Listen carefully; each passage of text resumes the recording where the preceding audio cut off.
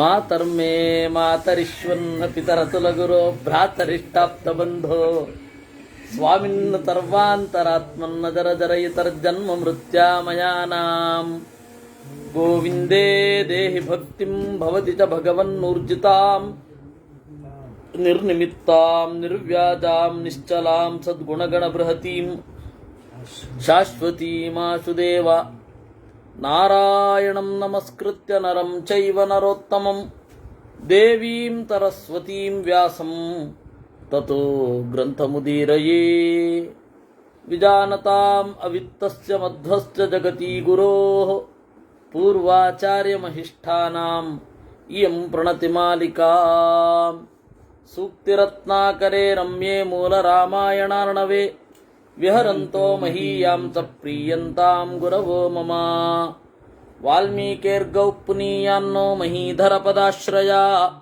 ಯತ್ಕಾವ್ಯಮುಪಜೀವಂತಿ ಕವಯಸ್ತರಣಕಾ ಇವ. ರಾಮಾಯಣಕ್ಕೆ ಅಂತ ಕೂತು ಬಹಳ ದಿವಸ ಆಯಿತು. ಪ್ರಾಯ 23ನೇ ತಾರೀಕು ನಾವು ರಾಮಾಯಣ ಮಾಡಬೇಕಿತ್ತು. ಅವಾಗ ಆಗಲಿಲ್ಲ, ಮೃತಾಶೌಚ ಬಂದದ್ರಿಂದ. ಆಮೇಲೆ 2-3 ಏನೋ ಇತ್ತು, 1-2 ಶನಿವಾರ ಭಾನುವಾರ ಇತ್ತು, ಅವಾಗ ಆಗಲಿಲ್ಲ. 8ನೇ ತಾರೀಕು ನಿನ್ನೆ ಪುಸ್ತಕ ಬಿಡುಗಡೆ ಆಯಿತು. ಇವತ್ತು 9ನೇ ತಾರೀಕು ಭಾನುವಾರ. ಈ ಒಂದು ದಿವಸ ನಾವು ರಾಮಾಯಣವನ್ನು ನೋಡಲಿದೆ. ಮುಂದಿನ ಸರ್ತಿಯಿಂದ ಪ್ರಾಯ ಶನಿವಾರ ಭಾನುವಾರ ರಾಮಾಯಣ ಸಾಂಗವಾಗಿ ಆಗತ್ತೆ ಅಂತ ಅಂದ್ಕೊಂಡಿದ್ದೀವಿ. ಅವಾಗ ನಿಂತಾಗ ಎಲ್ಲಿತ್ತು? 15-16, 15ನೇ ತಾರೀಕು ಶನಿವಾರ, 16ನೇ ತಾರೀಕು ಭಾನುವಾರ. ಎಲ್ಲಿತ್ತು ಅಂದರೆ, ಪ್ರಹಸ್ತ ಅನ್ನುವ ರಾವಣನ ಮಂತ್ರಿ ಯುದ್ಧಕ್ಕೆ ಅಂತ ಹೊರಟಿದ್ದ. ಬಹಳ ಅಪಶಕುನಗಳಾದವು. ಹೆಣ್ಣು ನರಿಗಳೆಲ್ಲ ನಿಂತು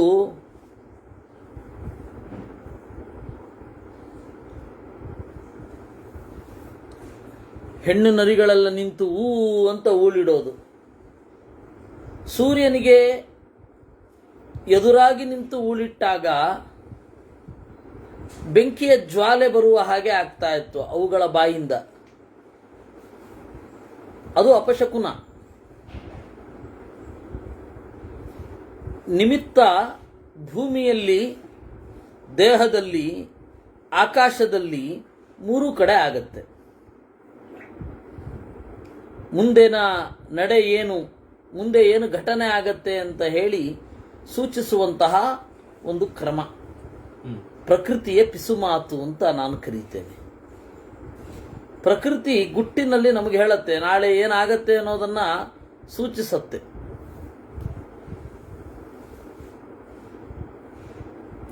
ವಿಶೇಷತಃ ಅವತ್ತಿನ ಕಾಲದಲ್ಲಿ ಪ್ರಕೃತಿಗೆ ಹತ್ತಿರವಾಗಿ ಇದ್ದದ್ದರಿಂದ ಎಲ್ಲರಿಗೂ ಸ್ಫುಟವಾಗಿ ಸೂಚನೆ ಸಿಗ್ತಾ ಇತ್ತು.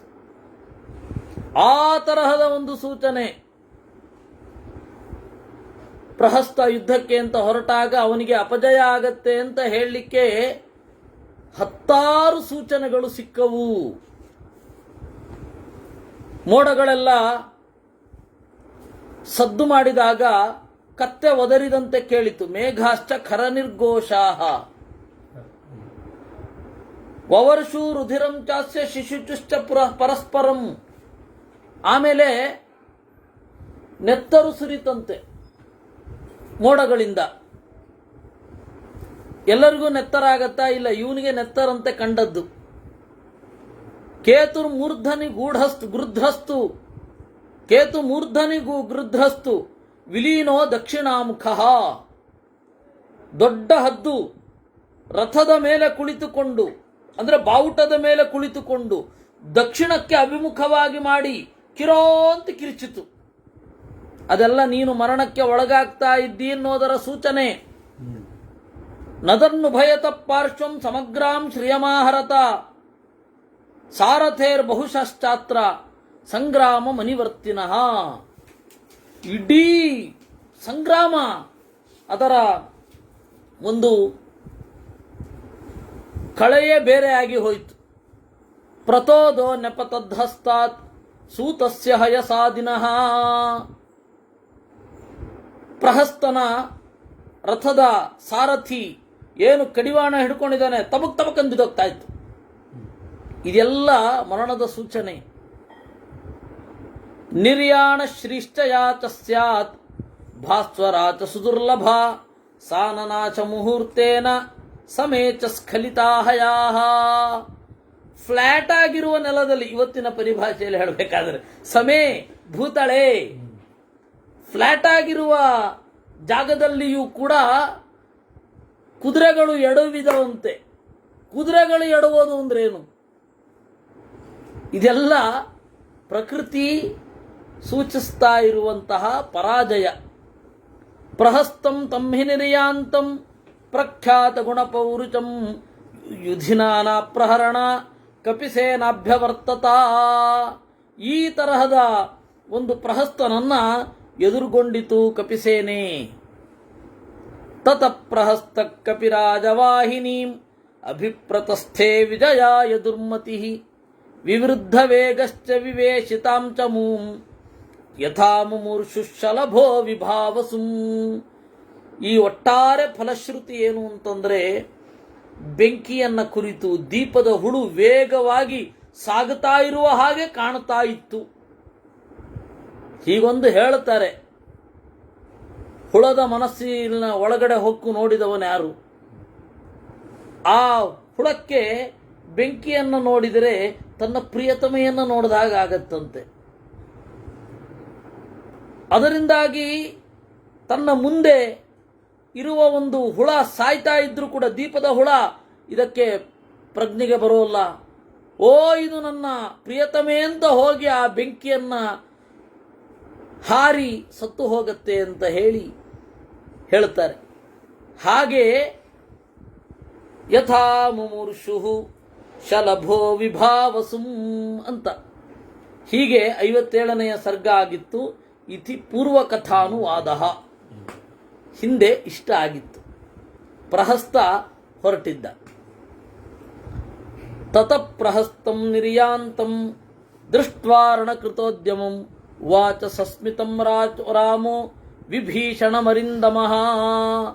ಯಾವಾಗ ಪ್ರಹಸ್ತ ಹೊರಟ ಆಗ ರಾಮ ವಿಭೀಷಣನಿಗೆ ನುಡಿದ, ಕ ಏಷ ಸುಮಹಾಕಾಯ. ಯಾರಯ್ಯ ಇದು? ದೊಡ್ಡ ದೇಹ ಇದೆ, ದೇಹದಲ್ಲಿ ಒಳ್ಳೆ ಕಸುಬಿದೆ. ಬಲೇನ ಮಹತಾವೃತಃ. ಅವನ ಸ್ವರೂಪ ಏನು?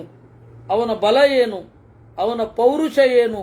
ಹೇಳಯ್ಯ ಅಂತ ರಾಮ ಹೇಳಿದಾಗ ಅವನು ನುಡಿದ ವಿಭೀಷಣ, ಏಷ ಸೇನಾಪತಿಸ್ತಸ್ಯ ಪ್ರಹಸ್ತೋ ನಾಮ ರಾಕ್ಷಸಃ ಲಂಕಾಯಾಂ ರಾಕ್ಷಸೇಂದ್ರಸ್ಯ ತ್ರಿಭಾಗಬಲ ಸಂವೃತಃ. ಇವನು ರಾವಣನ ಸೇನಾಪತಿ, ಪ್ರಹಸ್ತ ಅಂತ ಹೆಸರು. ಲಂಕೆಯಲ್ಲಿರುವ 1/3 ಸೇನೆ ಇವನ ಅಧೀನದಲ್ಲಿಯೇ ಇರೋದು. ಲಂಕೆಯಲ್ಲಿರುವ ಸೇನೆಯ 1/3 ಇವನ ಅಧೀನದಲ್ಲಿದೆ. ಒಳ್ಳೆ ಪರಾಕ್ರಮಿ, ಅಸ್ತ್ರವನ್ನು ಬಲ್ಲವ, ಶೂರ, ಸುಪ್ರಖ್ಯಾತ ಪರಾಕ್ರಮ, ಒಳ್ಳೆಯ ಪರಾಕ್ರಮ. ಈ ರೀತಿ ಅವನು ಪರಿಚಯ ಮಾಡಿಕೊಟ್ಟ. ಅಂತಹ ಪ್ರಹಸ್ತ ಬರ್ತಾ ಇದ್ದಾನೆ, ರಾಕ್ಷಸರ ಜೊತೆಗೂಡಿದ್ದಾನೆ. ಕಪಿಗಳು ನುಗ್ಗಿದವು. ಧನುಂಶಿತ ವಿಚಿತ್ರಾಣಿ ರಾಕ್ಷಸಾನಾಂ ಜಯೈಚಿಣಾಂ ಪ್ರಗೃಹೀತಾನ್ಯರಾಜಂತ ವಾನರಾನ ಬಿಧಾವತಾಂ. ಪ್ರಹಸ್ತನ ಹಿಂಬಾಲಕ ಯೋಧರು ಬಿಲ್ಲುಗಳನ್ನು ಹಿಡಿದು, ಕತ್ತಿ ಗುರಾಣಿಗಳನ್ನು ಹಿಡಿದು ನುಗ್ಗಿದರಂತೆ. ಕಪಿಗಳು ಯಥಾಪ್ರಕಾರ ಜಗರುಹು ಪಾದಪಾಂಶ್ಚಾಪಿ ಪುಷ್ಪಿತಾಂಶ್ಚ ಗಿರೀನ್ಸ್ತಥಾ. ಮರಗಳನ್ನು ತೆಗೆದುಕೊಂಡ್ರು. ಮರಗಳಲ್ಲಿ ಎಷ್ಟೋ ಹೂಗಳಿದ್ವು. ಪುಷ್ಪಿತಾನ್ ಪಾದಪಾನ್, ಹಾಗೆ ಗಿರಿ. ಶಿಲಾಶ್ಚ ವಿಪುಲಾ ದೀರ್ಘಾ, ದೊಡ್ಡ ದೊಡ್ಡ ಬಂಡೆಗಳನ್ನು ತೆಗೆದುಕೊಂಡವು. ಅವರು ಜೋರಾಗಿ ಯುದ್ಧ ಆಯಿತು. ಬಹೂನಾಂ ಅಶ್ಮವೃಷ್ಟಿಂಚ ಶರವರಚಂಚ ವರಚತಾಂ. ಕಪಿಗಳೆಲ್ಲ ಕಲ್ಲು ಹೋಗಿದ್ರಂತೆ. ಅವರು ಬಾಣಗಳನ್ನು ಎಸೆದರು. ಬಹವೋ ರಾಕ್ಷಸ ಯುದ್ಧೇ, ಬಹಳ ಜನ ರಾಕ್ಷಸರು ಕಪಿಗಳನ್ನು ಹೊಡೆದರೆ ಬಹಳ ಜನ ಕಪಿಗಳು ರಾಕ್ಷಸರನ್ನು ಹೊಡೆದುವಂತೆ. ಶೂಲೈ ಪ್ರಮತಿತಾ ಕೇಚಿತ್, ಕೆಲವರು ಶೂಲದ ಚುಚ್ಚುವಿಕೆಗೆ ಒಳಗಾದರು. ಪರಿಘೈರಾಹತಾ ಕೇಚಿತ್, ಈಟಿಯಿಂದ ಚುಚ್ಚಲ್ಪಟ್ಟರು. ಕೇಚಿತ್ ಚಿನ್ನ ಪರಶ್ವಧೈಹಿ, ಕೆಲವೊಬ್ಬರಿಗೆ ಕೊಡಲಿಯ ಪೆಟ್ಟು ಬಿತ್ತು. ನಿರುಚ್ಛ್ವಾಸ ಪುನಃ ಕೇಚಿತ್ ಪತಿತಾ ಜಗತಿ ತಳೆ, ಕೆಲವರು ಉಸಿರು ಕಳ್ಕೊಂಡು ಬಿದ್ರು. ವಿಭಿನ್ನ ಹೃದಯ ಕೇಚಿತ್ ಇಶು ಸಂಧಾನ ಸಾಧಿತಾ, ಬಿಲ್ಲಿನಿಂದಾಗಿ ಹೊರಟ ಬಾಣದಿಂದ ಎದೆ ಒಡ್ಕೊಂಡು ಬಿದ್ರು. ಕೇಚಿತ್ ದ್ವಿಧಾಕೃತ ಖಡ್ಗೈಹಿ, ಕೆಲವು ಕಪಿಗಳನ್ನ ಅಡ್ಡಡ್ಡ ಕತ್ತರಿಸ್ಬಿಟ್ಟಿದ್ರು ರಾಕ್ಷಸರು. ಸ್ಫುರಂತ ಪತಿತಾ ಭುವಿ, ಕೆಲವೊಬ್ಬರು ಕೆಳಗಡೆ ಬಿದ್ದು ವಿಲವಿಲ ಒದ್ದಾಡ್ತಾ ಇದ್ದಾರೆ. ಈ ರೀತಿ ರಾಕ್ಷಸರು ವಾನರರನ್ನ ಕೊಂದರು. ಹಾಗಂತ ಹೇಳಿ ಯಾವತ್ತೂ ಯುದ್ಧ ಒನ್ ಸೈಡೆಡ್ ವಾರ್ ಇರೋದೇ ಇಲ್ಲ. ಅವರು ವಾನರರು ಮಾಡಿದ್ರು ಏನು, ಎಷ್ಟೋ ಜನರು ಪುಡಿಪುಡಿ ಆಗೋದ್ರಂತೆ. ವಾನರೈಹಿ ಪಾದಪೈರ್ಗಿರಿ ಶೃಂಗೈಶ್ಚ ಸಂಪಿಷ್ಟ ವಸುಧಾತಳೆ, ಇನ್ನು ಕೆಲವರು ವಜ್ರ ಸ್ಪರ್ಶ ತಳೈಹಿ ತೈಹಿ ಮುಷ್ಟಿ ವಿಶ್ಚ ಹತಾಭೃತಂ, ಗುದ್ದಿ ಕೊಂದಿದ್ರಂತೆ. ವಿವೃತ್ತ ವದನಾಕ್ರೂರಾ ಚಕ್ರು ಕರ್ಮಾಣ್ಯ ಭೀತವತ್, ಕಪಿಗಳು ಹಲ್ಕಿರಿದ್ರೆ ಬಹಳ ಭಯಂಕರವಾಗಿ ಕಾಣ್ತವೆ. ಆಯ್ತಾ, ಕಿರಿದ ಹಲ್ಲಿನ ಕಪಿಗಳು ಜೋರಾಗಿ ಗುದ್ದಿ ಕೊಂದವಂತೆ. ಏತೆ ಪ್ರಹಸ್ತ ಸಚಿವಾ ಸರ್ವೇ ಜಘ್ನುರ್ವನೌಕಸಃ, ತೇಚಾಂ ನಿಪತತಾಂ ಶೀಘ್ರಂ ನಿಘ್ನತಾಂ ಚಾಪಿ ವಾನರಾನ್, ದ್ವಿವಿಧೋ ಗಿರಿಶೃಂಗೇಣ ಜಘಾನೈಕಂ ನರಾಂತಕಂ. ದ್ವಿವಿಧ ಅಂತನ್ನುವ ಒಬ್ಬ ಅಶ್ವಿದೇವತೆಗಳಲ್ಲಿ ಒಬ್ಬ, ಅವನು ಕಪಿಯಾಗಿ ಇದ್ದ. ಅವನು ಗಿರಿಶೃಂಗದಿಂದ, ಒಂದು ಬೆಟ್ಟದ ಶಿಖರದಿಂದ ನರಾಂತಕನನ್ನು ಹೊಡೆದ. ದುರ್ಮುಖ ಅನ್ನುವ ಕಪಿ ಕ್ಷಿಪ್ರಹಸ್ತ ಅನ್ನುವ ರಾಕ್ಷಸನನ್ನು ಕೊಂದ. ಜಾಂಬವಂತ ದೊಡ್ಡ ಒಂದು ಇದನ್ನು ತೆಗೆದುಕೊಂಡು, ಬಂಡೆಯನ್ನು ತೆಗೆದುಕೊಂಡು ಕುಂಭಹನುವನ್ನು ಹೊಡೆದನಂತೆ. ತಾರ ಅಂತನ್ನುವವನು ಕೂಡ ಕುಂಭಹನುವನ್ನ ಹೊಡೆದ. ಅವರಿಬ್ಬರ ದಾಳಿಯಿಂದಾಗಿ ಕುಂಭಹನು ಸತ್ತ. ಆವರ್ತ ಇವ ಸಂಜಜ್ಞೆ ಸೇನಯೋರು ಭಯೋಸ್ತದ, ಪ್ರಹಸ್ತನ ಒಂದು ಸೇನಾಧಿಪತ್ಯದಲ್ಲಿ ಕಾದಾಡ್ತಾ ಇರುವಾಗ ಒಂದು ದೊಡ್ಡ ಸುಳಿ ಸಮುದ್ರದಲ್ಲಿ ಬಂದಾಗ ಹೇಗಿರುತ್ತೋ ಹಾಗಾಯ್ತಂತೆ. ಅಂದ್ರೆ ಒಂದ್ಸರ್ತಿ ಅಲೆ ಬರುತ್ತೆ, ಇನ್ನೊಮ್ಮೆ ಹಿಂದೆ ಹೋಗುತ್ತೆ. ಒಂದ್ಸರ್ತಿ ಅಲೆ ಜೋರಾಗಿ ದಡಕ್ಕೆ ತಾಗುತ್ತೆ, ಹಾಗೆಯೇ ಹಿಂದೆ ಹೋಗುತ್ತೆ. ಆ ರೀತಿ ರಾಕ್ಷಸರ ಕೈ ಮೇಲ್ಗಾಯ ಆಯಿತು. ಆಮೇಲೆ ರಾಕ್ಷಸರು ಹಿಂದೆ ಸರಿದ್ರು. ಆಮೇಲೆ ಕಪಿಗಳದ್ದು ಮೇಲ್ಗೈ ಆಯಿತು, ಕಪಿಗಳು ಹಿಂದೆ ಸರಿದ್ರು. ಮಹತಾಹಿ ತರೌಘೇಣ ರಾಕ್ಷಸೋರಣ ದುರ್ಮದಃ, ಅರ್ಧಯಾಮಾತ ತಂಕ್ರುದ್ಧೋ ವಾನರಾನ್ ಪರಮಾಹವೇ. ಹೀಗೆ ಪ್ರಹಸ್ತ ಚೆನ್ನಾಗಿ ಯುದ್ಧ ಮಾಡಲಿಕ್ಕೆ ಶುರು ಮಾಡಿದ. ಕಪಿಗಳ ಮತ್ತು ರಾಕ್ಷಸರ ಸೇನೆ ಏನಿದೆ ಅದು ಅಲ್ಲಿ ಎರಡೂ ಕಡೆ ಇರುವಂತಹ ಜನರು ಸತ್ತು, ಅವರ ಕೊಬ್ಬು, ಮೈಯಿಂದ ಆಚೆ ಬಂದ ಕೊಬ್ಬು ಭೂಮಿಯಲ್ಲೆಲ್ಲ ಹರಡಿ ಭೂಮಿಯೆಲ್ಲ ಕೆಸರಾಗೋಯ್ತಂತೆ.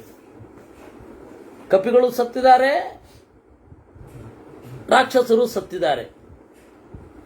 ಸಾಮಹಿ ರುಧಿರೌಘೇಣ ಪ್ರಚ್ಛನ್ನಾತಂ ಪ್ರಕಾಚತೆ, ಸಂಚ್ಛನ್ನ ಮಾಧವೇ ಮಾಸಿ ಪಲಾಶೈರಿವ ಪುಷ್ಪಿತೈಹಿ. ಸಾಮಹಿ ರುಧಿರೌಘೇಣ, ನೆತ್ತರು ಉಕ್ಕಿ ಉಕ್ಕಿ ಉಕ್ಕಿ ಉಕ್ಕಿ ಯಾವ ರೀತಿಯಾಗಿ ತೋರ್ತಾ ಇತ್ತು, ಇಡೀ ಭೂಮಿ ಕೆಂಪಾಗಿ ಹೋಗಿದೆ. ಹೇಗೆ ವಸಂತ ಮಾಸದಲ್ಲಿ ಮುತ್ತುಗದ ಮರ ಪುಷ್ಪವನ್ನು ಬಿಟ್ಟರೆ, ಎಲೆಯನ್ನು ಬಿಟ್ಟರೆ ಕೆಂಪಾಗಿರುತ್ತೆ. ಮುತ್ತುಗದ ಎಲೆ ಕೆಂಪಾಗಿಯೂ ಬದಲಾಗುತ್ತೆ, ಮುತ್ತುಗದ ಹೂವಂತೂ ಕೆಂಪಾಗಿಯೇ ಇರುತ್ತೆ. ನಾವು ಊಟಕ್ಕೆ ಎಲೆ ಹಾಕೊಳ್ತೀವಲ್ಲ, ಅದು ಮುತ್ತುಗ. ಆ ಮುತ್ತುಗದ ಎಲೆಯನ್ನ ಸಂಸ್ಕೃತದಲ್ಲಿ ಏನು ಹೇಳ್ತಾರೆ, ಮುತ್ತುಗದ ಮರವನ್ನ ಕಿಂಶುಕ ಅಂತಾರೆ. ಆ ಕಿಂಶುಕದ ಹೂವು ಏನಿದೆ ಅದು ಕೆಂಪಾಗಿರುತ್ತೆ. ಅದು ಚಳಿಗಾಲದಲ್ಲಿ ಆ ಹೂವೆಲ್ಲ ಉದುರು ಹೋಗುತ್ತೆ, ಕಾಗಡ ಬಿದ್ದೋಗಿರುತ್ತೆ, ಅದು ಮೇಲ್ಗಡೆ ಇರಲ್ಲ. ಬೇಸಿಗೆ ಕಾಲದಲ್ಲಿ ಆ ಹೂವು ಎಲ್ಲ ಕಡೆ ಕಂಡು ಕೆಂಪಾಗಿ ಕಾಣ್ತಾ ಇರುತ್ತೆ. ಮುತ್ತುಗದ ಮರ ಇದ್ರೆ ಇದ್ರೆ ಅನ್ಬೇಕು. ಒಂದು ಕಾಲದಲ್ಲಿ ಚನ್ನಪಟ್ಟಣದಲ್ಲಿ ಎಲೆಕೇರಿ ಅಂತ, ಈಗಲೂ ಎಲೆಕೇರಿ ಇದೆ, ಎಲೆ ಇಲ್ಲ ಅಲ್ಲಿ. ಎಲೆಕೇರಿಯಲ್ಲಿ ಒಂದು ಸುಮಾರು 50 ಮನೆಗಳವರು ಮುತ್ತುಗದ ಎಲೆ ಹಚ್ಚೋರು. ಮುತ್ತುಗದ ಎಲೆಯನ್ನ ತಂದು ನೀರಿನಲ್ಲಿ ಹಾಕಿ ಆಮೇಲೆ ಅದನ್ನು ಒಣಗಿಸಿ ಅದನ್ನು ಹೊಲಿಯೋರು. ಅಂದರೆ ಕಡ್ಡಿಯಿಂದ, ಹಂಚಿ ಕಡ್ಡಿಯಿಂದ ಹೊಲಿಯೋರು. ಅದು ಬಹಳ ಸೊಗಸಾಗಿ ಇರ್ತಾ ಇತ್ತು, ದೊಡ್ಡ ದೊಡ್ಡ ಮುತ್ತುಗದ ಎಲೆ. ಆಮೇಲೆ ಆ ಕೇರಿಯಲ್ಲಿ ಈಗ ಎಲೆ ಹೆಸರಿನಲ್ಲಿದೆ, ಇವಾಗ ಆ ವೃತ್ತಿಯನ್ನು ಬಿಟ್ಟಾಯಿತು. ಸೀದಾ ಬಾಳೆ ಎಲೆಯೇ ಕತ್ತರಿಸೋದು, ತರೋದು, ಹಾಕೋದೆ. ಹೀಗಾಗಿದೆ ಪರಿಸ್ಥಿತಿ.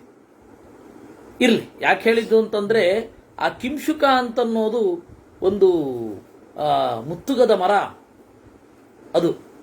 ಇನ್ನು ಉಡುಪಿಯಲ್ಲಿ ಮುತ್ತುಗದ ಎಲೆ ಬಳಸೋದು ನಾನು ನೋಡಿದ ಹಾಗೆ ಕಡಿಮೆ, ಅಲ್ಲಿ ಬಾಳೆ ಎಲೆ ಹಾಕ್ತಾರೆ. ಅದೇನಿದ್ರು ಹಾಸನ, ಹಳೆ ಮೈಸೂರು ಪ್ರಾಂತಗಳಲ್ಲಿ ಮುತ್ತುಗದ ಎಲೆಯನ್ನು ಬಳಸ್ತಾ ಇದ್ರು. ಬೇರೆ ಕಡೆ ನಾನು ನೋಡಿಲ್ಲ, ಇರಬಹುದು. ಮಹತಾಹಿತರೌಘೇಣ, ಹಾಗೆ ಇಡೀ ಪಲಾಶೈರಿವ ಪುಷ್ಪಿತೈಹಿ ಕಿಂಶುಕೈರಿವ ಪುಷ್ಪಿತೈಹಿ ಹತವೀರೌಘವ ಪ್ರಾಂತು ಭಗ್ನಾಯುಧ ಮಹಾದ್ರುಮಾಂ ಶೌಣಿತೌಘ ಮಹಾತೋಯಾಂ ಯಮಸಾಗರಗಾಮಿನೀಂ. ಜನರು ಸಾಯ್ತಾ ಇದ್ದಾರೆ, ಅವರೇ ಒಂದು ಪ್ರವಾಹದ ತರಹ. ಅಲ್ಲಿ ಕತ್ತರಿಸಿದ, ಮುರಿದು ಬಿದ್ದ ರಥಗಳು, ಆಯುಧಗಳೇ ಮರಗಳ ತರಹ. ಶೌಣಿತೌಘ ಮಹಾತೋಯಾಂ, ಕೆಂಪು ಬಣ್ಣದ ನೀರು. ಯಮಸಾಗರ ಗಾವಿನೀಂ, ನದಿಯ ಮೇಲೆ ಸಾಗರಕ್ಕೆ ಹೋಗಲೇಬೇಕು. ಓಡುವ ನದಿ ಸಾಗರವನ್ನು ಸೇರಲೇಬೇಕು ಅಲ್ವೇ? ಅದರಿಂದಾಗಿ ಯಮಸಾಗರ ಗಾವಿನೀಂ, ಯಮನ ಪಟ್ಟಣವೆಂಬ ಕಡಲಿಗೆ ಹೋಗಿ ಅದು ತಲುಪ್ತಾ ಇತ್ತು. ಆ ತರಹದ ರಕ್ತ ನದಿ ಹರಿತು. ಯಕೃತ್ ಪ್ಲೀಹ ಮಹಾಪಂಕಾಂ ವಿನಿಕೀರ್ಣಾಂತರ ಶೈವಲಾಂ ಭಿನ್ನ ಕಾಯ ಶಿರೋಮೀನಾಂ ಅಂಗಾವಯವಶಾದ್ವಲಾಂ. ಅಲ್ಲ, ನದಿ ಅಂತೀರಾ, ಕೆಸರಿರ್ಬೇಕಲ್ವೇ ನದಿ ಅಂದ್ರೆ? ನೀವು ಕೆಸರನ್ನು ಬಿಟ್ಟುಬಿಟ್ರೆ ನದಿಯ ಅಸ್ತಿತ್ವವೇ ದುರ್ಲಭ. ಪೂರ್ತಿ ಕೆಸರು ತೆಗಿಬಾರದು, ತೆಗಿದೇನೂ ಇರಬಾರದು. ಅದು ಯಾವ ಮಟ್ಟದಲ್ಲಿ ಕೆಸರನ್ನು ಉಳಿಸ್ಬೇಕು ಅಂತ ಹೇಳಿ ಅವನಿಗೆ ಪ್ರಜ್ಞೆ ಇರುತ್ತೆ. ಆ ಪ್ರಕೃತಿಯೊಡನೆ ಒಡನಾಡಿದವನಿಗೆ ಕ್ಲೀನ್ ಅಂತ ಹೇಳಿ ಎಲ್ಲ ತೆಗೆದು ಬಿಡ್ಲಿಕ್ಕಾಗಲ್ಲ, ಹಾಗಂತ ಹೇಳಿ ಉಳಿಸ್ಲಿಕ್ಕೂ ಆಗಲ್ಲ. ಯಕೃತ್ ಪ್ಲೀಹ ಮಹಾಪಂಕಾಂ, ಯಕೃತ್ ಅಂತಂದ್ರೆ ಕರುಳು, ಪ್ಲೀಹ ಅಂತ ಕೆಲವರು ಆ ತರಹ ಹೇಳ್ತಾರೆ. ಯಕೃತ್ ಅನ್ನೋದಕ್ಕೆ ಬೇರೆ ಬೇರೆ ಹೇಳ್ತಾರೆ. ಈಗ ಇಲ್ಲಿ ಪ್ಲೀಹ ಇದು ಆ ಮಾಂಸ, ಇದನ್ನೆಲ್ಲ, ಈ ಮಾಂಸ ಎಲ್ಲ ಕೆಸರಿನ ತರಹ ಇತ್ತಂತೆ. ವಿನಿಕೀರ್ಣಾಂತರ ಶೈವಲಾಂ, ಪಾಚಿ. ಪಾಚಿ ಯಾವುದು ಅಂತಂದ್ರೆ ಕತ್ತರಿಸಿ ಬಿದ್ದ ಕರುಡುಗಳೇ ಪಾಚಿ. ವಿನಿಕೀರ್ಣಾಂತರ ಶೈವಲಾಂ ಭಿನ್ನ ಕಾಯ ಶಿರೋಮೀನಾಂ, ಕತ್ತರಿಸಿ ಹೋಗಿರುತ್ತಲ್ಲ ತಲೆ, ಅದೇ ಮೀನಿದ್ದ ಹಾಗಿತ್ತಂತೆ. ಅಂಗಾವಯವ ಶಾದ್ವಲಾಂ, ಅಲ್ಲಿ ಹುಲ್ಲುಗಳಿರ್ತಿತ್ತಲ್ಲ, ಅಲ್ಲಿ ಹುಲ್ಲುಗಳಿರುತ್ತೆ, ಜೊಂಡು ಅಂತ ಹೇಳಿ ಕರೀತಾರೆ. ಜೊಂಡು ಅಂತ, ಅದು ಕೈ ಕಾಲು ಕತ್ತರಿಸಿ ಬಿದ್ದದ್ದು ಜೊಂಡಿನ ತರಹ. ಗೃಧ್ರಹಂತ ವರಾಕೀರ್ಣಾಂ ಕಂಕತಾರತತೆ ವಿತಾಂ, ನದಿ ಅಂತ ಹೇಳಿದ್ರೆ ನೀರು ಹಕ್ಕಿ ಇರುತ್ತೆ. ಹಾಗೆ ಈ ರಕ್ತವೆಂಬ ನದಿಯಲ್ಲಿ ಯಾವುದು ನೀರು ಹಕ್ಕಿ ಅಂತಂದ್ರೆ ಇದಾವಲ್ಲ ಪುಣ್ಯ ಪಕ್ಷಿಗಳು. ಯಾವುದು? ವಲ್ಚರ್, ಸ್ಕ್ಯಾವೆಂಜರ್ ವಲ್ಚರ್, ವಲ್ಚರ್ಸ್ ಅತ್ಯಂತ ಕಳಪೆ ಪ್ರಾಣಿಗಳು ಅಂತ ಪಕ್ಷಿಶಾಸ್ತ್ರದಲ್ಲಿ ಕರೆಯೋದು ಅವುಗಳನ್ನ. ಯಾಕೆ ಅಂತ ಹೇಳಿದ್ರೆ ಎಷ್ಟೋ ದೂರದಲ್ಲಿ ಇರ್ತವೆ, ಎಷ್ಟು ಎತ್ತರ ಇರುತ್ತೆ ಗೊತ್ತಾ? ಅದು ಒಂದೇ ಒಂದು ತುಂಡು ಮಾಂಸ ಸುಮ್ಮನೆ ಕೆಡೆ ಬರುತ್ತದು. ಹಾಗೆ ಅದರಿಂದಾಗಿ ಪುಣ್ಯ ಪಕ್ಷಿಗಳು ಅಂತ ಸಂಸ್ಕೃತದಲ್ಲಿ ವ್ಯಂಗ್ಯವಾಗಿ ಹೇಳ್ತಾರೆ ಅದನ್ನ. ಗಿಡುಗ, ಹದ್ದು ಮೊದಲಾದವುಗಳು. ಮೇದಪ್ಪೇನ ತಮಾಕೀರ್ಣಾಂ ಆವರ್ತಸ್ವನ ನಿಸ್ವನಾಂ. ಅಲ್ಲ, ನದಿ ನೀರು ಅಂತಂದ್ಮೇಲೆ ನೊರೆ ಇರೋದು ಬೇಡವೆ? ಬೋನ್ ಮ್ಯಾರೋ ಇದೆಯಲ್ಲ, ಬೋನ್ ಮ್ಯಾರೋ ಒಳಗಡೆದು ಬೋನ್ ಮ್ಯಾರೋ ಏನಿರುತ್ತೆ ಅದು ಮೇಧಸ್ಸು, ಅದೇ ನೊರೆಯ ಹಾಗೆ. ಫೇನ ತಮಾಕೀರ್ಣಾಂ ಆವರ್ತಸ್ವನ ನಿಸ್ವನಾಂ. ನದಿಯ ಪ್ರವಾಹದ ಒಂದು ಉಶ್ ಅಂತ ಹೇಳಿ ಸದ್ದು ಬರ್ತಾ ಇರುತ್ತಲ್ಲ, ಇಲ್ಲಿ ಭಯಂಕರ ಅಯ್ಯೋ ಸತ್ತೆ ಸತ್ತೆ ಅಂತನ್ನುವ ಮಾತು ಏನಿದೆ ಅದೇ ನದಿಯ ಧ್ವನಿ. ತಾಂ ಕಾಂ ಪುರುಷ ದುಸ್ತಾರಾಂ ಯುದ್ಧ ಭೂಮಿ ಮಯೀಂ ನದೀಂ ನದೀಮಿವ ಘನಾಪಾಯೇ ಹಂಸತಾರತತೆ ವಿತಾಂ. ಕಾಪುರುಷ ದುಸ್ತಾರಾಂ. ಕಾಪುರುಷರು ಅಂದರೆ ಕವರ್ಡ್ಸ್, ಹೇಡಿಗಳು. ಆ ಹೇಡಿಗಳಿಗೆ ಇದು ಪುಕ್ಕಲರ ಎದೆಗೂಡು ಸಿಡಿಯುವಂತಹ ನದಿ ಇದು. ಇದನ್ನು ನೋಡಿದ್ರೆ ಸತ್ತೇ ಹೋಗ್ಬಿಡ್ತಾರೆ ಅವರು. ಅಂತಹ ಒಂದು ನದಿ. ಇದನ್ನ ದಾಟ್ತಾ ಇದ್ರು ರಾಕ್ಷಸರು, ಕಪಿಗಳೆಲ್ಲ. ಯಥಾ ಪದ್ಮರಜೋಧ್ವಸ್ತಾಂ ನಳಿನೀಂ ಗಜಯೂಥಪಾಹ. ಈ ತರಹದ ನದಿಯಲ್ಲಿ ಆನೆಗಳು ಸ್ನಾನ ಮಾಡುತ್ತವೆ, ಆನಂದದಿಂದ ಸ್ನಾನ ಮಾಡುತ್ತವೆ. ಹಾಗೆ ಕಪಿಗಳಲ್ಲಿ ವೀರರಾದವರು, ರಕ್ಕಸರಲ್ಲಿ ವೀರರಾದವರು ಆನಂದದಿಂದ ಸ್ನಾನ ಮಾಡುತ್ತಾ ಇದ್ರು.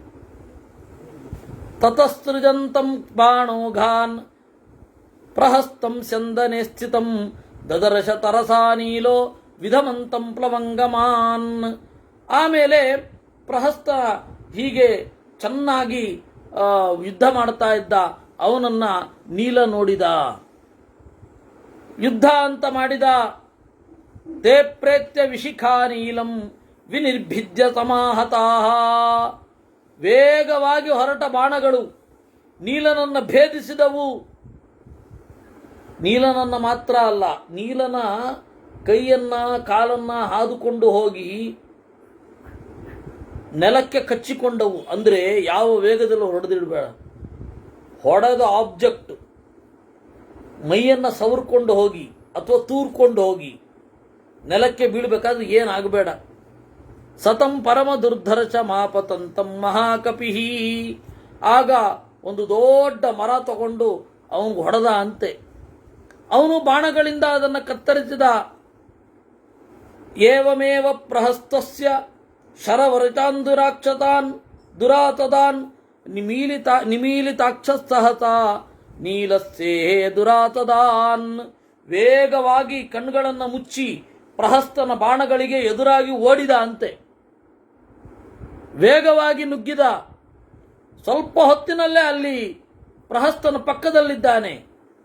ದೊಡ್ಡ ಒಂದು ಮತ್ತಿಮರದ ಗೆಲ್ಲನ್ನು ತಂದಿದ್ದ. ಪ್ರಹಸ್ತನಿಗೆ 2 ಬಾರಿಸಿದ. ವಿಧನು ಸಕೃತಸ್ತೇನ ಪ್ರಹಸ್ತೋ ವಾಹಿನೀಪತಿ. ಬಿಲ್ ಮುರಿದೋಯ್ತು ಪ್ರಹಸ್ತನದ್ದು. ಆಮೇಲೆ ಅವರಿಬ್ರು ಯುದ್ಧ ಮಾಡ್ಲಿಕ್ಕೆ ಶುರು ಮಾಡಿದ್ರು.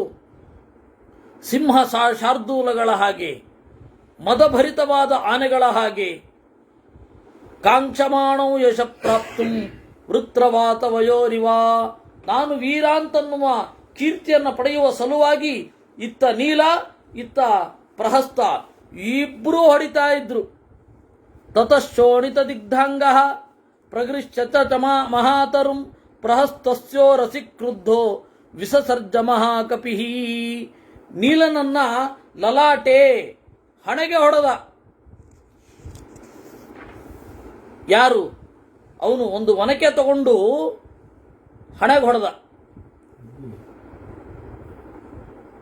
ಪ್ರಹಸ್ತ ನೀಲನಿಗೆ.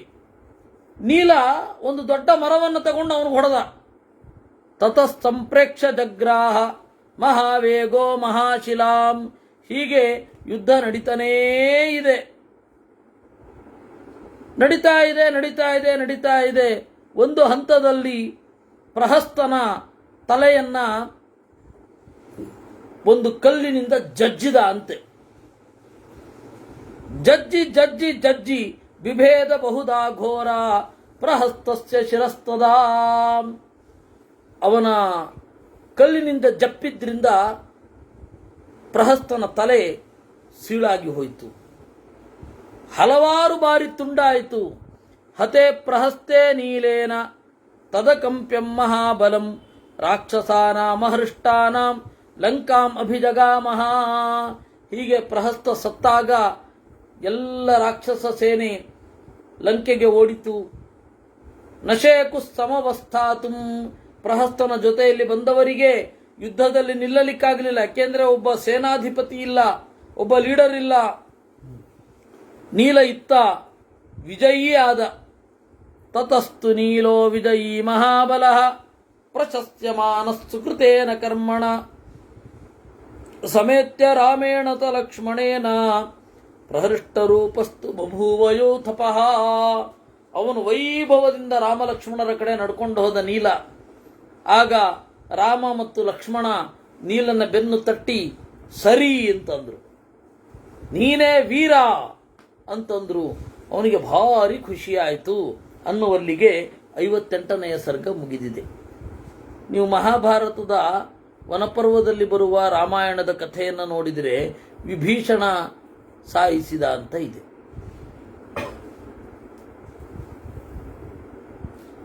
ಎರಡರಲ್ಲಿ ಯಾವುದಾರೊಂದನ್ನ ತೆಗೆದು ಹಾಕ್ಬಿಡೋಣ ಅಂತಂದ್ರೆ ಆಚಾರ್ಯ ಹೇಳ್ತಾರೆ, ಇಲ್ಲ ಇಲ್ಲ, ಅದು ಪ್ರಕ್ಷೇಪ ಅಲ್ಲ. ನೀಲಃ ವಿಭೀಷಣ ಉಭೌ ಶಿಲಯಾಚ ಶಕ್ತ್ಯ ಸಂಚಕ್ರತುರು ಯಮವಶಂ ಗಮಿತಂ ಪ್ರಹಸ್ತಂ ಅಂತಾರೆ ಮಧ್ವಾಚಾರ್ಯ.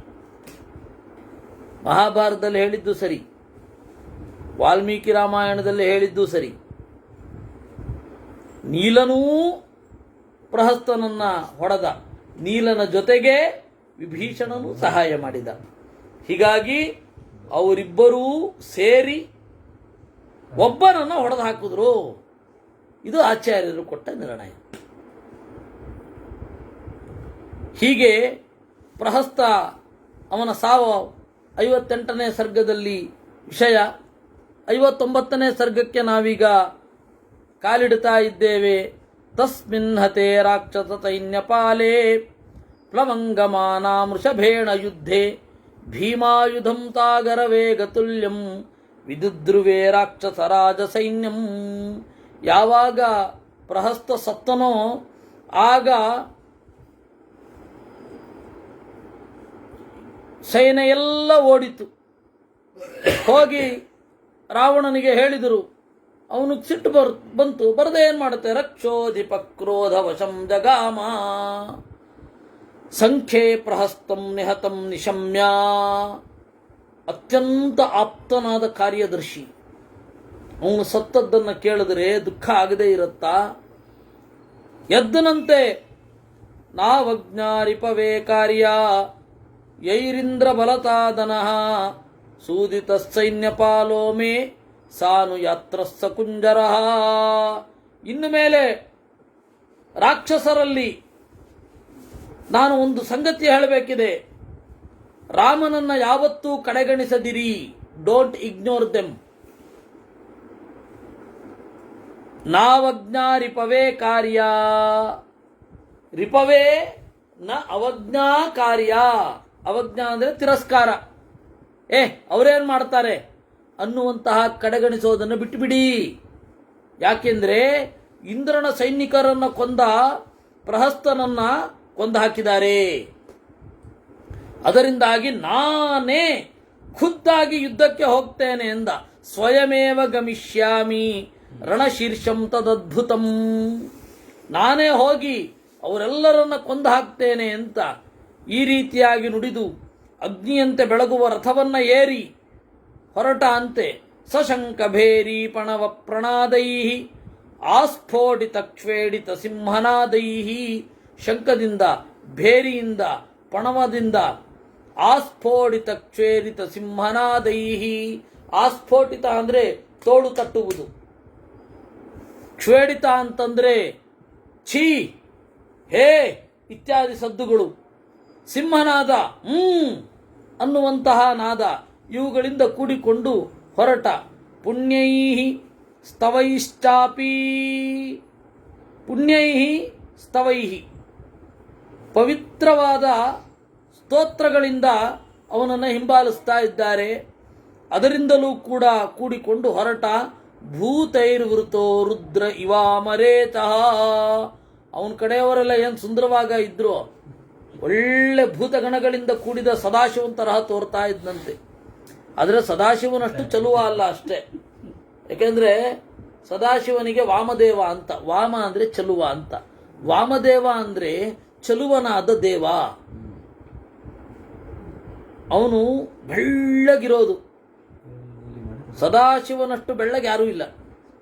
ಈ ತಮಿಳುನಾಡಿನ ದ್ರಾವಿಡ ಅವಿವೇಕಿಗಳಿದ್ದಾವಲ್ಲ, ಅವುಗಳು ರಾವಣ ಕಪ್ಪಗಿದ್ದ, ರಾಮ ಬೆಳ್ಳಗಿದ್ದ ಅಂತಾರೆ. ಶಿವ ಕಪ್ಪಗಿದ್ದಾನೆ, ಇದು ವಿಷ್ಣು ಬೆಳ್ಳಗಿದ್ದಾನೆ ಅಂತಾರೆ. ಅವ್ರು ಎಲ್ಲಿಂದ ಕನಸು ಬಿತ್ತೋ ದೇವರಿಗೆ ಗೊತ್ತು. ಅದು ಶಾಸ್ತ್ರಗಳಲ್ಲಿ ಶಿವ ಬೆಳ್ಳಗಿದ್ದಾನೆ, ನಾರಾಯಣ ಕಪ್ಪಗಿದ್ದಾನೆ ಅಂತ. ಅವರು ಇದನ್ನ ಗೊತ್ತಿದ್ದೋ ಗೊತ್ತಿಲ್ಲದೆಯೋ ಅವರು ಈ ರೀತಿ ಅವರನ್ನ ಎಲ್ಲರನ್ನ ಬೇರೆ ಮಾಡಬೇಕು, ಭೇದ ಮಾಡಬೇಕು, ಒಡಕುಂಟು ಮಾಡಬೇಕು ಅಂತ ಹೇಳಿ ಆರ್ಯರು ನಮ್ಮನ್ನು ತುಳಿದ ಕಥೆಯೇ ರಾಮಾಯಣ ಅಂತ ಬೇರೆ ಹೇಳ್ತಾರೆ. ನಮ್ಮನ್ನ ಅಂದ್ರೆ ದ್ರಾವಿಡರನ್ನ. ರಾವಣ ಬಹಳ ಸಜ್ಜನ ಅವ್ರ ಪ್ರಕಾರ. ಇರ್ಲಿ, ಯಾಕೆ ಹೇಳಿದ್ದು ಅಂತಂದ್ರೆ, ಭೂತೈರ್ವೃತೋ ರುದ್ರ ಇವ ಮರೇತಃ ತಥೋ ನಗರ್ಯಾಸ್ತಃ ತಾಮಹೌಜಾಃ ನಿಷ್ಕ್ರಮ್ಯ ತದ್ವಾನರತೈನ್ಯಮುಗ್ರಂ ಮಹಾರ್ಣವಭ್ರಸ್ತರತಂ ಭ್ರಸ್ತನಿತಂ ದದರ್ಚ ಸಮುದ್ಯತಂ ಪಾದಪಶೈಲಹಸ್ತಂ. ನೋಡಿದರಂತೆ ಕಪಿಗಳನ್ನ, ಎಲ್ಲರೂ ಭೀಕರವಾದ ನಾದಗಳನ್ನು ಮಾಡ್ತಾ ಮರ, ಕಲ್ಲು, ಉಗುರು, ಹಲ್ಲು ತೋರಿಸ್ತಾ ಇರುವಂತಹ ಕಪಿಗಳನ್ನ ನೋಡಿದ. ಆಮೇಲೆ ರಾಮಚಂದ್ರನು ರಾವಣನನ್ನು ನೋಡಿದ. ವಿಭೀಷಣಂ ಚಸ್ತ್ರಭೃತಾಂ ವರಿಷ್ಠಂ ಉವಾಚ ತೇನಾನುಗತ ಪೃಥುಶ್ರೀಹಿ. ವಿಭೀಷಣನಿಗೆ ಹೇಳಿದ, ಯಾರಿದು ಅಂತ ಕೇಳಿದ. ಶಶಂತ ರಾಮಸ್ಯ ಬಲ ಪ್ರವೇಕಂ ಮಹಾತ್ಮನಾಂ ರಾಕ್ಷಸ ಪುಂಗವಾನಾಂ. ರಾಮ ಅಲ್ಲಿರುವ ರಾವಣನ ಸೇನೆಯಲ್ಲಿರುವ ಎಲ್ಲರನ್ನ ಪರಿಚಯ ಮಾಡಿಸು ಅಂತ ಕೇಳಿದಾಗ ಒಬ್ಬೊಬ್ಬರನ್ನೇ ಪರಿಚಯ ಮಾಡಿಸಿದ. ಯೋಸೌ ಗಜ ಸ್ಕಂಧಗತೋ ಮಹಾತ್ಮ ನವೋದಿತಾರ್ಕೋಪಮ ತಾಮ್ರವಕ್ತ್ರಃ ಸಂಕಂಪಯನ್ನಾಗ ಚಿರೋಭ್ಯುಪೈತಿ ಶಕಂಪನಂ ತ್ವೇನಮವೇಹಿ ರಾಜನ್. ದೊಡ್ಡ ಆನೆಯನ್ನ ಏರಿ ಬರ್ತಾ ಇದ್ದಾನಲ್ಲ ರಾಮ, ಅವನು ಬೇರೆ ಯಾರೂ ಅಲ್ಲ, ಅಕಂಪನ. ಶತ್ರುಗಳು ಅವನನ್ನ ಗಡಗಡ ನಡುಗಿಸಲು ಆಗುವುದೇ ಇಲ್ಲ, ಅದಕ್ಕೆ ಅವನು ಅಕಂಪನ. ಯೋಸೌ ರಥಸ್ಥೋ ಮೃಗರಾಜಕೇತು ಧುನ್ವಂಧನುಶ್ಚಕ್ರ ಧನು ಪ್ರಕಾಶಂ ಕರೀವ ಭಾತ್ಯುಷ್ಗ್ರವಿವೃತ್ತದಂಷ್ಟ್ರ ಸ ಇಂದ್ರಜಿನ್ನಾಮ ವರಪ್ರಧಾನ. ಇನ್ನು ಮೃಗರಾಜಕೇತು, ಸಿಂಹದ ಗುರುತಿನ ಧ್ವಜ ಇರುವ, ಎಲ್ಲರನ್ನ ಕೇವಲ ನೋಟದಿಂದ ಅಲುಗಿಸುತ್ತಿರುವ ವೀರ ಇದ್ದಾನಲ್ಲ, ಅವನು ಸದಾಶಿವನ ಬ್ರಹ್ಮದೇವನ ವರವನ್ನು ಪಡೆದ ಇಂದ್ರಜಿತ್. ಯೋಸೌ ನವಾರ್ಕೋದಿತ ತಾಮ್ರಚಕ್ಷು ಆರುಶ್ಚ ಘಂಟಾನಿನದ ಪ್ರಣಾದಂ ಗಜಂ ಖರಂ ಗರ್ಜತಿ ವೈ ಮಹಾತ್ಮ ಮಹೋದರೋ ನಾಮಯ ಏತ ವೀರಃ. ಅಲ್ಲೊಬ್ಬ ಇದ್ದಾನಲ್ಲ, ಆನೆಯನ್ನು ಏರಿ ಕತ್ತೆಯ ಮೇಲೆ ತನ್ನ ಆಯುಧಗಳನ್ನು ಇಟ್ಕೊಂಡು ಬರ್ತಾ ಇದ್ದಾನಲ್ಲ, ಅವನು ಯಾರು ಗೊತ್ತಾ? ಮಹಾ ಉದರ. ಎಷ್ಟು ದೊಡ್ಡದಿತ್ತೋ ಏನೋ ಅವನು ಹೊಟ್ಟೆ. ಮಹೋದರ ಅಂದ್ರು. ಯೋತೌ ಹಯಂ ಕಾಂಚನ ಚಿತ್ರಭಾಂಡಂ ಆರುಶ್ಚ ಸಂಧ್ಯಾಭ್ಯಗಿರಿ ಪ್ರಕಾಶ ಪ್ರಾತಂ ತಮುದ್ಯಮ್ಯ ಮರೀಚಿನದ್ಧಂ ಪಿಶಾಚ ಯೇಷೋ ಶನಿ ತುಲ್ಯ ಘೋಷ. ಇನ್ನೊಬ್ಬ ಕುದುರೆಯನ್ನ ಏರಿದ್ದಾನೆ. ಸಂಧ್ಯಾಭ್ರಗಿರಿ ಪ್ರಕಾಶ, ಸಂಜೆಯ ಕಾಲದ ಮೋಡದಂತೆ ಕೆಂಪು ಬಣ್ಣವುಳ್ಳವನಾಗಿದ್ದಾನೆ. ಪ್ರಾಸವನ್ನ ಕೈಯಲ್ಲಿ ಹಿಡ್ಕೊಂಡಿದ್ದಾನೆ. ಯಶ್ಚೈಚ ಚೂಲಂ ನಿಶಿತಂ ಪ್ರಗೃಹ್ಯ ವಿದ್ಯುತ್ ಪ್ರಭಂ ಕಿಂಕರ ವಜ್ರವೇಗಂ ವೃಚೇಂದ್ರ ಮಾಸ್ಥಾಯ ಶಚಿ ಪ್ರಕಾಶಂ ಆಯಾತಿ ಯೋಚೌ ತ್ರಿಶಿರ ಯಶಸ್ವಿ. ನೀನು ಕೊಂದ ತ್ರಿಶಿರ ಅಲ್ಲದೆ ಇನ್ನೊಬ್ಬ ತ್ರಿಶಿರ ಬರ್ತಾ ಇದ್ದಾನೆ. ಹಾಗೆ ಇನ್ನೊಬ್ಬ ಇದ್ದಾನೆ, ಘೋರವಾದ ಪರಿಘವನ್ನು ಹಿಡಿದಿದ್ದಾನೆ. ಅವನ ಪರಿಘ ಅಂತಂದ್ರೆ ಉದ್ದವಾದ ಈಟಿ. ಆ ಈಟಿಯಿಂದ ಹೊಗೆ ಬರ್ತಾ ಇದೆ. ಸಧೂಮಂ ಪರಿಗಂ ಪ್ರಗೃಹ್ಯ ಅಂತಹ ನಿಕುಂಭ ಬಂದಿದ್ದಾನೆ. ಆಮೇಲೆ ಇನ್ನೊಬ್ಬ ಇದ್ದಾನೆ ರಥವನ್ನ ಏರಿ, ನರಾಂತಕೋತೋ ನರಶೃಂಗಯೋಧಿ. ನರಾಂತಕ ಅಂತ ರಾಕ್ಷಸ. ಅವನನ್ನು ನೋಡಿದ್ರೆ ಸುರಾಣಾಮಪಿ ದರ್ಪಹಂತ, ದೇವತೆಗಳ ದರ್ಪವನ್ನೂ ನಾಶ ಮಾಡಿದ್ದಾನೆ. ಅಸೌ ಕಿರೀಟಿ ಚಲಕುಂಡಲಾಸ್ಯೋ ನಗೇಂದ್ರ ವಿಂಧ್ಯೋಪಮ ಭೀಮಕಾಯ ಮಹೇಂದ್ರ ವೈವಸ್ವತ ದರ್ಪಹಂತ ರಕ್ಷೋದಿಪ ಸೂರ್ಯ ಇವಾವಭಾತಿ. ಆಮೇಲೆ ಇವರೆಲ್ಲರಿಂದ ಕೂಡಿಕೊಂಡು ಒಬ್ಬ ಇದ್ದಾನಲ್ಲ ನೋಡು, ಯಶ್ಚೈತ ನಾನಾವಿಧ ಘೋರ ರೂಪೈ ವ್ಯಾಘ್ರೋಷ್ಟ್ರ ನಾಗೇಂದ್ರ ಮೃಗಾಶ್ವವಕ್ತ್ರೈ. ಇನ್ನೊಬ್ಬ ಇದ್ದಾನೆ, ಅವನು ಕುದುರೆಯ ಮೋರೆಯ, ಹುಲಿಯ ಮೋರೆಯ, ಎಲ್ಲ ತರಹದ ಪ್ರಾಣಿಗಳನ್ನು ರಥಕ್ಕೆ ಕಟ್ಕೊಂಡಿದ್ದಾನೆ. ಒಂಥರದ ಕುದುರೆ ಅನ್ನೋದೇ ಇಲ್ಲ. ಬೇರೆ ಬೇರೆ ಪ್ರಾಣಿಗಳ ಮೋರೆ ಇರುವ ಕುದುರೆಗಳನ್ನು ರಥಕ್ಕೆ ಕಟ್ಟಿಕೊಂಡಿದ್ದಾನೆ. ನೋಡು, ಅವನ ಎಲ್ಲ ಕಣ್ಣಗಳು ಗಿರಗಿರ ಗಿರಗಿರ ಅಂತ ತಿರುಗ್ತವೆ. 2 ಅಲ್ಲ 20. ಇವರೆಲ್ಲರ ಮಧ್ಯೆ ಇದ್ದಾನೆ. 20 ಕೈಗಳು, 20 ಕಣ್ಗಳಿಂದ ಒಂದೇ ಸಮ ಒಬ್ಬರನ್ನೇ ನೋಡ್ತಾ ಗಿರಗಿರ ತಿರುಗಿಸ್ತಾ ಇದ್ರೆ ಕಣ್ಣನ್ನ ಏನಾಗಬೇಡ. ಅವನು ರಕ್ಷೋಧಿಪ ಸೂರ್ಯ ಇವಾವಭಾತಿ. ರಾವಣ ಪ್ರತ್ಯುವಾಚ ತಥೋ ರಾಮೋ ವಿಭೀಷಣಮರಿಂದಮಃ ಅಹೋ ದೀಪ್ತ ಮಹಾತೇಜಾ ರಾವಣೋ ರಾಕ್ಷಸೇಶ್ವರ. ಓಹೋ, ಇವನೋ ರಾವಣ, ಏನು ಪರಾಕ್ರಮ, ಏನು ತೇಜಸ್ಸು. ಆದಿತ್ಯೈವ ದುಷ್ಪ್ರೇಕ್ಷ ರಶ್ಮಿಭಿರ್ಭಾತಿ ರಾವಣ. ಸೂರ್ಯನನ್ನ ನೇರವಾಗಿ ಕಣ್ಣಲ್ಲಿ ಕಣ್ಣಿಟ್ಟು ಹೇಗೆ ನೋಡ್ಲಿಕ್ಕಾಗೋದಿಲ್ವೋ ಹಾಗೆ ಈ ರಾವಣನನ್ನು ನೋಡ್ಲಿಕ್ಕಾಗ್ತಾ ಇಲ್ಲ. ನವ್ಯಕ್ತಂ ಲಕ್ಷಯೇ ಹ್ಯಸ್ಯ ರೂಪಂ ತೇಜಸ್ಸಮಾವೃತಂ. ರಾಮನ ವರ್ಣನೆ ರಾವಣನನ್ನ ಕುರಿತು ಅಲ್ವಾ ಸ್ವಾರಸ್ಯ ಅಂದ್ರೆ. ನವ್ಯಕ್ತಂ ಲಕ್ಷಯೇ ಹ್ಯಸ್ಯ, ಇವನ ಒಂದು ರೂಪ ಒಂದು ಫ್ರೇಮಿನಲ್ಲಿ ನಿಲ್ತಾ ಇಲ್ಲ ಅಂತ. ಸಾಮಾನ್ಯವಾಗಿ ಒಬ್ಬರನ್ನ ಹೀಗೆ ನೋಡಿದ್ರೆ ಅವನ ಮುಖ ಹೇಗಿತ್ತು ಅಂತ ನೆನಪಲ್ಲಿ ಉಳಿಯುತ್ತೆ. 1-2 ದಿವಸ, 3 ದಿವಸ, 5 ದಿವಸ ಆದಮೇಲೆ ಅವನ ಮುಖಗಳಲ್ಲಿ ಇರುವ ಬೇರೆ ಬೇರೆ ಲಕ್ಷಣಗಳು, ಮಚ್ಚೆ ಇದೆಯೋ ಇಲ್ವೋ, ಮೀಸೆಯ ಟೆಕ್ಸ್ಚರ್ ಏನು, ಆಮೇಲೆ ನೆರಿಗೆ ಎಷ್ಟಿದೆ, ಇವೆಲ್ಲ ಗೊತ್ತಾಗತ್ತೆ. ಅಂದರೆ ಒಂದು ಸರ್ತಿ ನೋಡಿದಾಗ ಅವನ ಒಟ್ಟಾರೆ ಒಂದು ರೂಪ ನಮ್ಮ ಕಣ್ಮುಂದೆ ಬರುತ್ತೆ. ಹಾಗೆ ಇವನನ್ನ ಗ್ರಹಿಸಲಿಕ್ಕೆ ಆಗ್ತಾ ಇಲ್ಲ. ಯಾಕೆ ಅಂದ್ರೆ 20 ತಲೆ ಒಂದು ಫ್ರೇಮಲ್ಲಿ ಹೆಂಗ್ ನೋಡ್ತೀರ ನೀವು?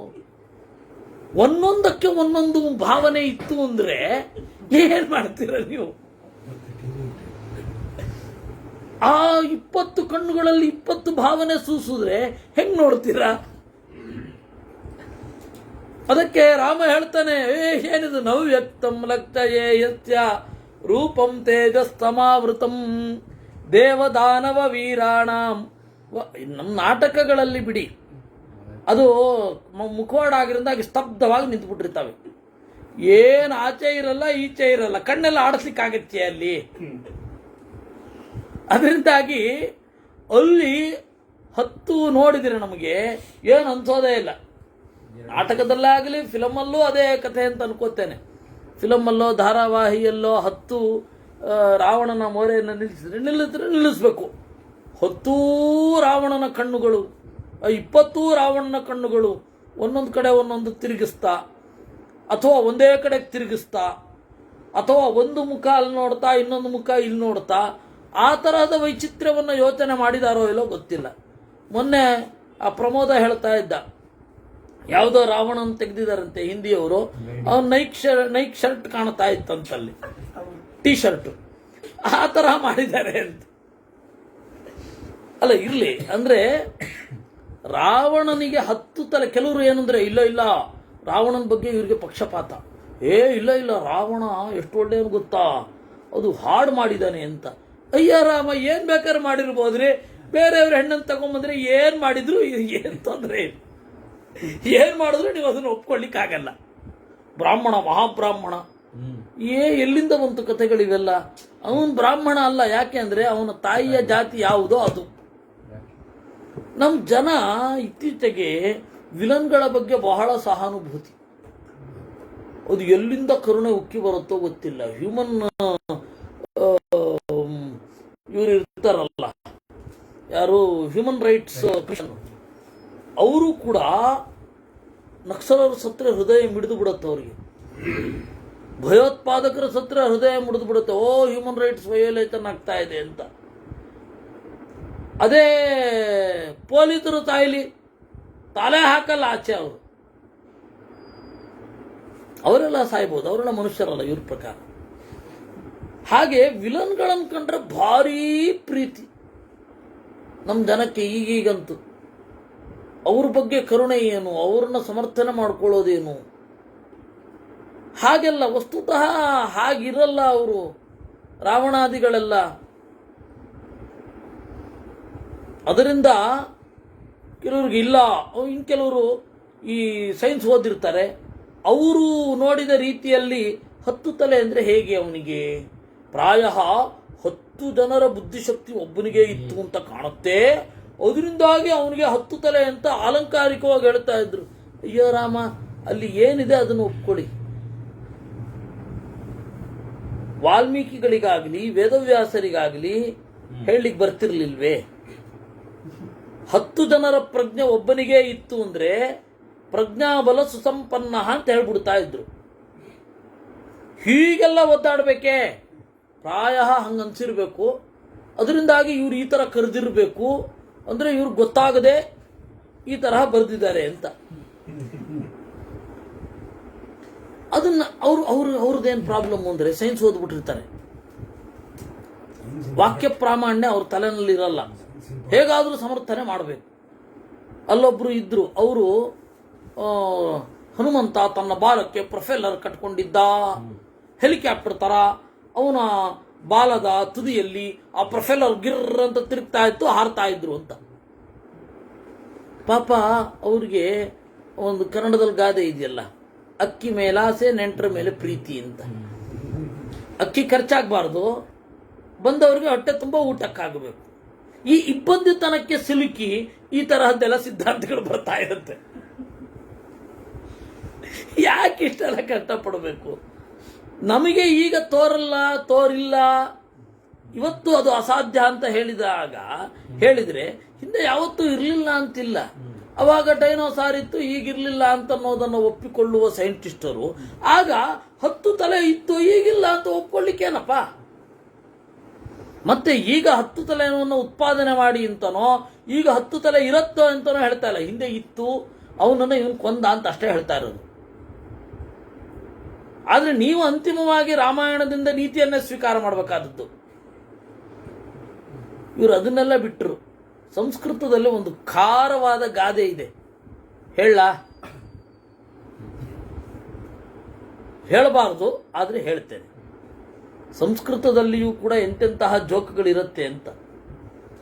ಒಂದು ಕಾವ್ಯವನ್ನ ರಸಾಸ್ವಾದನೆ ಮಾಡುವಾಗ ನೀವು ಆ ಕಾವ್ಯದ ರಸದ ಆಸ್ವಾದನೆ, ಅದರ ಏನು ಸ್ಥಾಯಿ ಭಾವ ಏನು, ಸಂಚಾರಿ ಭಾವ ಏನು, ಇದನ್ನು ನೋಡಬೇಕೇ ವಿನಃ ಕವಿ ಕಾಲವನ್ನು ಕಟ್ಕೊಂಡು ಏನು ಮಾಡ್ತೀರಾ? ಯಾವುದ್ರಲ್ಲಿ ಬರೆದಿದ್ದ ಕಾಳಿದಾಸ, ಯಾವುದ್ರಲ್ಲಿ ಬರೆದ್ರೆ ನಿಮಗೇನಪ್ಪ? ಆ ಪೆನ್ ತಗೊಂಬಂದು ಮ್ಯೂಸಿಯಂ ಅಲ್ಲ ಇಡ್ತೀರಾ? ಕಾವ್ಯಾಸ್ವಾದನ ಕಾಲೇತು ಕವಿ ಕಾಲಾದಿ ಚಿಂತಕಾಹ, ಏನು ರಸಾಸ್ವಾದನ ವೇಳಾಯಾಮ್ ವಸ್ತ್ರಮೌಲ್ಯ ವಿಚಿಂತನಾಹ ಅಂತ. ರಸವನ್ನು ಆಸ್ವಾದನೆ ಮಾಡುವ ಟೈಮಿನಲ್ಲಿ ಬಟ್ಟೆಯ ಬೆಲೆಯ ಬಗ್ಗೆ ತಲೆ ಕೆಡಿಸ್ಕೊಂಡ್ರೆ ಎಷ್ಟು ಅಸಂಗತವೋ ಅಷ್ಟೇ ಅಸಂಗತ ಇದು ಅಂತ ಹೇಳ್ತಾರೆ. ಸಂಸ್ಕೃತವು ಈ ತರಹದ ಮಾತುಗಳನ್ನು ಆಡಿದೆ, ಬಹಳ ಖಾರವಾದ ಮಾತು ಇದೆ. ಅದರಿಂದಾಗಿ ಯಾವತ್ತೂ ಕೂಡ ಇದು ಇರುವಂಥದ್ದು. ಅದರಿಂದ 10 ತಲೆ ಇದೆ ಅವನಿಗೆ, ಆ 10 ತಲೆಗೆ ಸಮನಾದ ಒಂದು ತಲೆ ಇದೆ. ಯಾಕಪ್ಪ ಬೇಕು ನಿಮಗೆ? 10 ತಲೆ ಇದೆ, ಇಲ್ಲಿ ಏನಿದೆಯೋ ಅದನ್ನು ಒಪ್ಕೊಳ್ಳಿ. ನೀವು ನಾನು ನಂಬಲ್ಲ ಅಂತ ಹೇಳಿ, ಆದ್ರೆ ಇದಕ್ಕೆ ಬೇರೆ ಅರ್ಥ ಮಾಡಬೇಡಿ. ಈಗ ಇನ್ನೂ ಏನಾಗಿದೆ ಅಂದ್ರೆ ಪ್ರಾಬ್ಲಮ್ಮು, ಇದನ್ನು ಒಪ್ಪಲ್ಲ ಅಂತಾರೆ. ರಾಮಾಯಣವನ್ನು ನಾನು ಒಪ್ಪಲ್ಲ, ಇತಿಹಾಸ ಅಂತ. ಆಯ್ತಪ್ಪ, ಒಪ್ಪಬೇಡಿ, ಬಿಡಿ.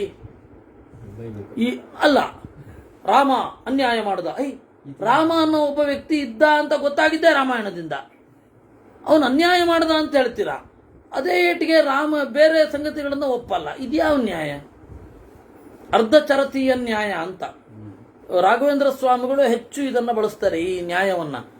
ಒಬ್ಬ ಒಂದು ಕೋಳಿ ಇಟ್ಕೊಂಡಂತೆ, ಹಿಂದಿನ ಭಾಗ ಮೊಟ್ಟೆ ಹಾಕಲಿಕ್ಕೆ, ಮುಂದಿನ ಭಾಗ ತಿನ್ಲಿಕ್ಕೆ ಎಂದಂತೆ. ಈ ತರಹ ಮಾಡಬಾರದು. ಒಪ್ಪಿದ್ರೆ ಪೂರ್ತಿ ಒಪ್ಪ್ರಿ, ಇಲ್ಲ ಅಂದ್ರೆ ಒಪ್ಪಲೇಬೇಡಿ. ರಾಮಾಯಣ ಕಟ್ಟುಕತೆ ಅಂತ ಹೇಳುವವರು ಆರ್ಯ ದ್ರಾವಿಡ ಸಂಘರ್ಷದ ವಿಚಾರ ಯಾಕೆ ಮಾತನಾಡಬೇಕು ಅಲ್ವೇ? ಇನ್ನು ಪಾಪ ಇನ್ನೊಂದು ಎಕ್ಸ್ಟ್ರೀಮು, ರಾಮಾಯಣ ಒಪ್ಕೊಳ್ತೀವಿ, ಸೈನ್ಸ್ ನಾವು ಓದ್ತಾ ಇರುವ ಸೈನ್ಸ್ ಅದನ್ನು ಪರ್ಮಿಟ್ ಮಾಡಲ್ಲ, ಅದಕ್ಕೆ ಬಾಲದ ತುದಿ ಪ್ರೊಫೆಲ್ಲರ್ ಕಟ್ತೀವಿ ಅಂತಾರ. ಇನ್ನೊಬ್ರು, ಬೇಡ ಮಾರ್ಯಾರೆ, ನಿಮಗೆ ಇವತ್ತು ಕಟ್ಲಿಕ್ಕಾಗತ್ತಾ? ಆಗಲ್ಲ. ಮುಂದೆ ಒಂದು ದಿವಸ ಆದ್ರೆ ಬಿಡಿ, ಇವತ್ತು ನಾವು ಅದರ ತಲೆ ಕೆಡಿಸ್ಕೊಳ್ಳೋ ಅವಶ್ಯಕತೆ ಇಲ್ಲ. ಈಗಂತೂ ಇದರ ನೀತಿಯನ್ನೇ ಗ್ರಹಿಸಬೇಕು, ಹಾಗೆ ಗ್ರಹಿಸಿ ಅಷ್ಟೇ. ಅದರಿಂದ ಇರೋದು ಹಾಗೆ.